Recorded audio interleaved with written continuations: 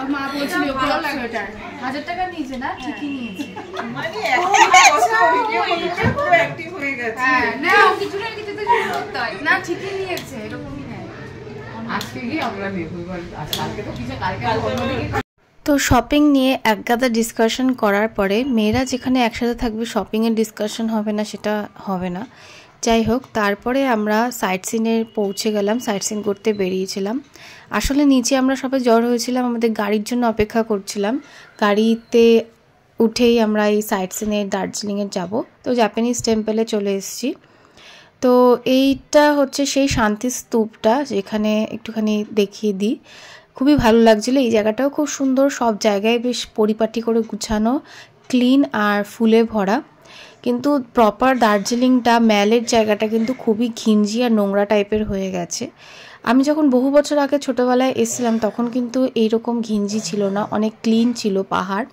তো যারা এই পাহাড়ে ঘুরতে যাও না কেন আমার মতন, সবার কাছে রিকোয়েস্ট করব যে ডাস্টবিন ইউজ করতে আর পাহাড়টাকে ক্লিন রাখতে, না হলে আস্তে আস্তে দার্জিলিংয়ের মতন অন্যান্য পাহাড়ের সৌন্দর্য এইভাবে হারিয়ে যেতে থাকবে।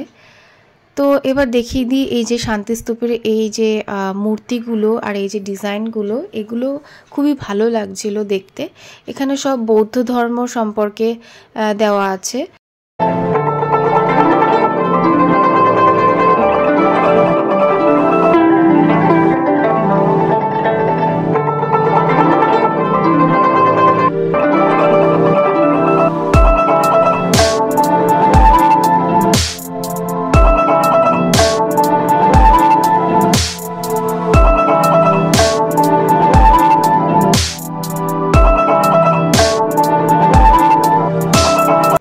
নেক্সট আমরা আরেকটা সাইট সিনের জায়গায় গেছিলাম, এটা হচ্ছে মনেস্ট্রি। এটা অনেক মুভিতেও এই মনেস্ট্রিটাকে দেখা গেছে। এই মুহূর্তে মুভির নাম মনে পড়ছে না, অনেক হিন্দি মুভিতেও এই মনেস্ট্রিটা দেখা গেছে, শুটিং হয়েছে এখানে। তো এখানেও আমরা সবাই চলে এসেছি। আর এখানেও টিকিট কাউন্টার ছিল, এখানেও আই থিঙ্ক 20 কি 30 টাকা করে টিকিট নিয়েছিল পার পারসন।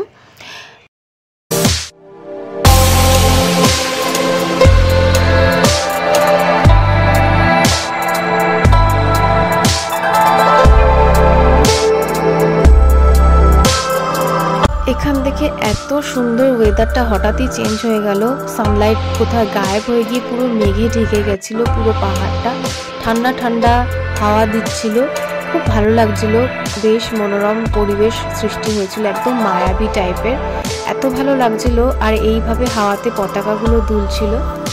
তারপরে মনেস্ট্রিতে উঠতে গিয়েই দেখি এই বাচ্চা বাচ্চা লামাগুলো নামছে। এই প্রথম এত কাছ থেকে এরকম লামা স্টুডেন্টদের দেখতে পেলাম, খুবই ভালো লাগছিল।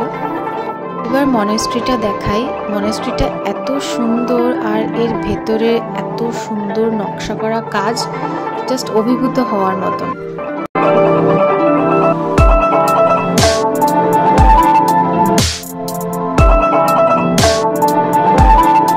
এটা তো ছিল বাইরেটা, ভেতরে এই পর্দাটা সরানোর পরে আমি জাস্ট অবাক হয়ে গেছিলাম। আর সেটা কেন, সেটা আপনারাও দেখুন।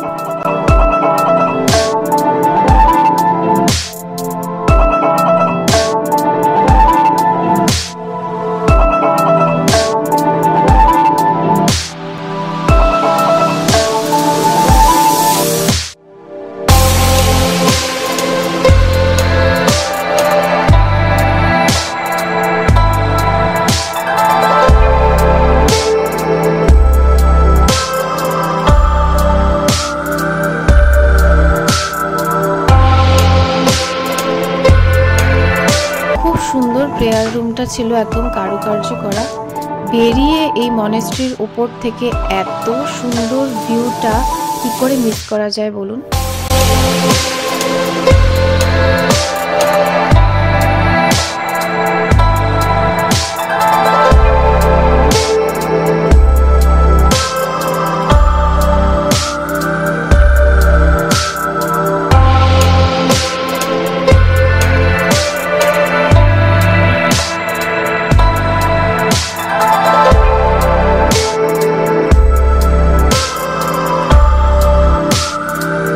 এরপরে আমরা এখান থেকে বেরিয়ে ভাবছিলাম কোথায় ব্রেকফাস্ট করা যায়, কারণ কেউই আমরা ব্রেকফাস্ট করে বেরোইনি, সকাল সকাল আমাদের বেরোতে হয়েছিল, কারণ এরপরে আমাদের টয় ট্রেনের একটা জার্নির ব্যাপার ছিল।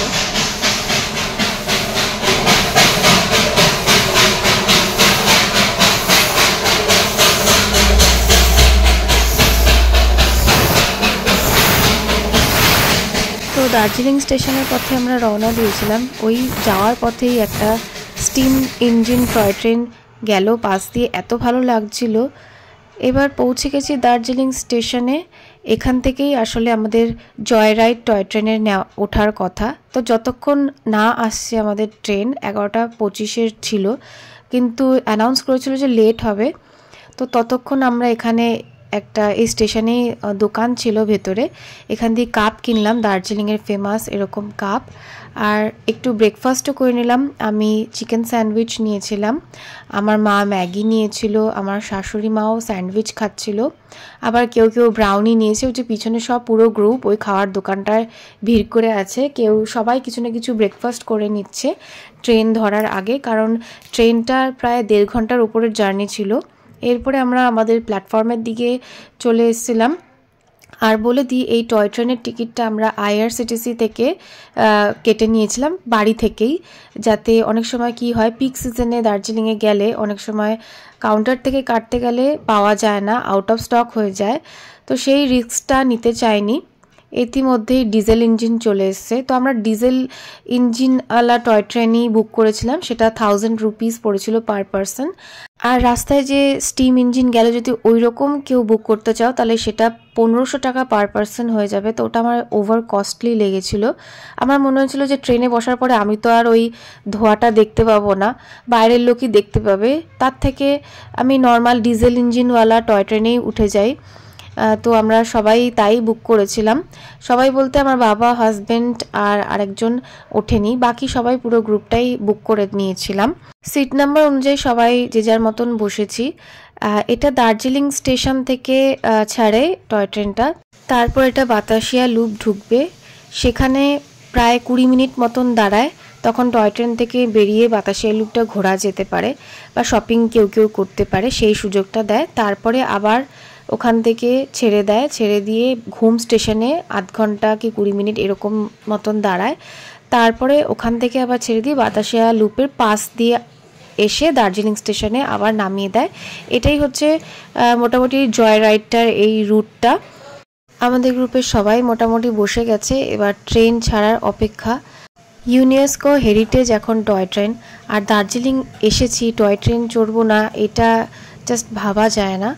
ফাইনালি লেট করার পরে, অনেকক্ষণ প্রায় 8 ঘন্টার উপর লেট হওয়ার পরে ট্রেন ছেড়ে দিয়েছে স্টেশন থেকে। এইবার আমরা ওই রুট অনুযায়ী ঘুরবো।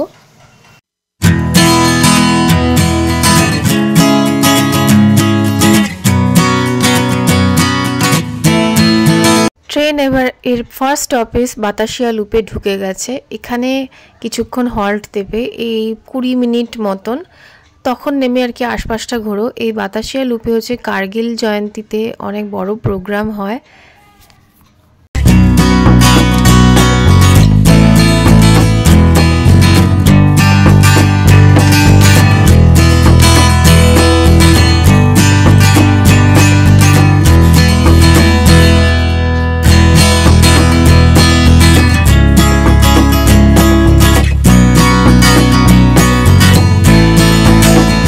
এবার এখান থেকে নেমে একটুখানি ছবি টবি তুলে নিলাম। আর সামনেই শপিংয়ের বড় মার্কেট আছে। ঢোকার সময় দেখলেন পুরো সাইডটা জুড়ে অনেক বড় মার্কেট আছে, নানান রকমের সোয়েটার, উলেনের জিনিস, মেয়েদের ছেলেদের দুটোই অ্যাভেলেবেল আছে।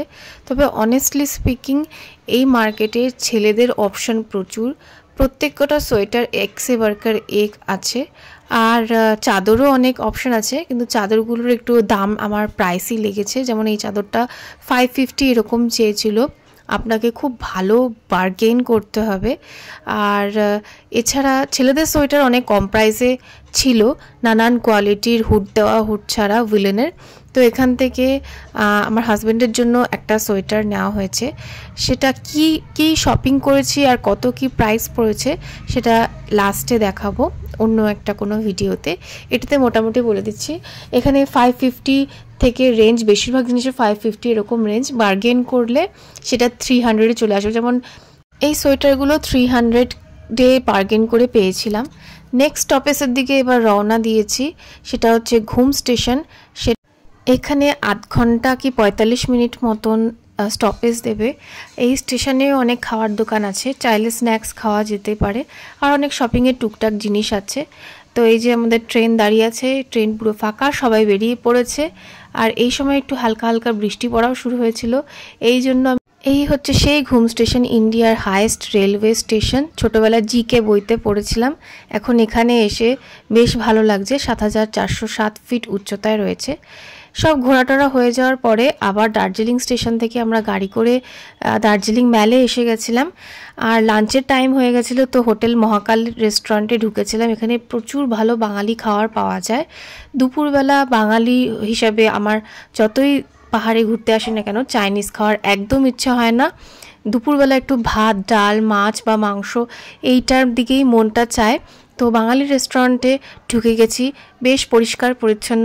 এখান থেকে আগেও ডিনার প্যাক করিয়ে নিয়ে গেছিলাম, খাওয়ার ভীষণ টেস্টি ছিল। তো এবার লাঞ্চে চলে এসেছি।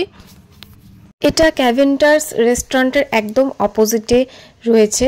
যদি কেউ আসো, অ্যাফোর্ডেবল রেঞ্জের থালি সিস্টেমের খাবার, বাঙালি খাবার এখানে কিন্তু খুব ভালো পাওয়া যায়।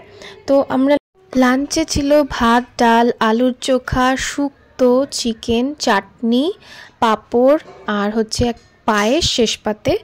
একদম জমে গেছিলো লাঞ্চটা। প্রত্যেক কটা খাওয়ার কিন্তু খুব টেস্টি ছিল। তো আজকের ভিডিওটা করছি এখানেই এন্ড।